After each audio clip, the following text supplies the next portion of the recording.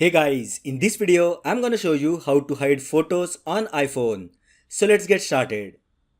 First open Photos app on your iPhone. Now tap on Select option and select all those photos that you wish to hide. Now tap on three dots with circle located at the bottom right corner. From the available options, tap on Hide. You will get a prompt that says photos will be hidden and can be found in the hidden album.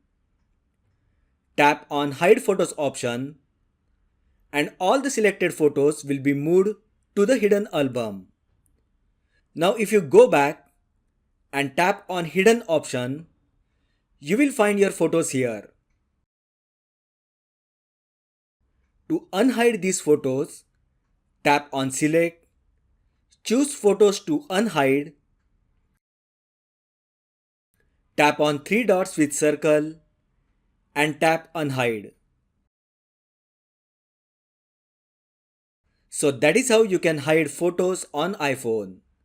If you find the video helpful, then like the video, share with your friends and subscribe to my channel. Thanks for watching and I will see you in the next video.